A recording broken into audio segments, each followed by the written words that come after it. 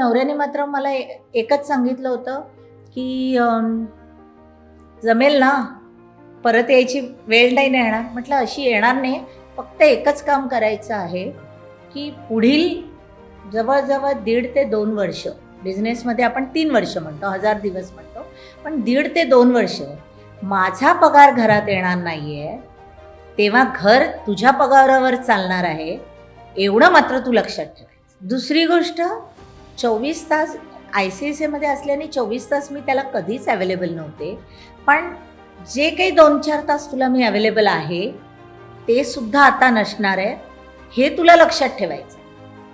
तिसरी गोष्ट, मला कुठच्याही वेळी कुठच्याही देशात जावं लागेल, कुठच्याही शहरात जावं लागेल, रात्री बेरात्री जावं लागेल, त्यावेळेला माझ्या कॅरेक्टरबद्दल जर कोणी बोललं तर त्याला सडेतोड उत्तर देण्याची ताकद तुझ्यात असायला पाहिजे, तरच तू माझा नवरा म्हणून माझ्यासाठी भक्कम उभा असशील. जर माझ्या मागे तू असा भक्कम उभा असशील तर मी, म्हणजे ईगल नीड पुश म्हणतात, तर मला माहिती आहे मी ईगल आहे, तू मला थोडासा पुश दे.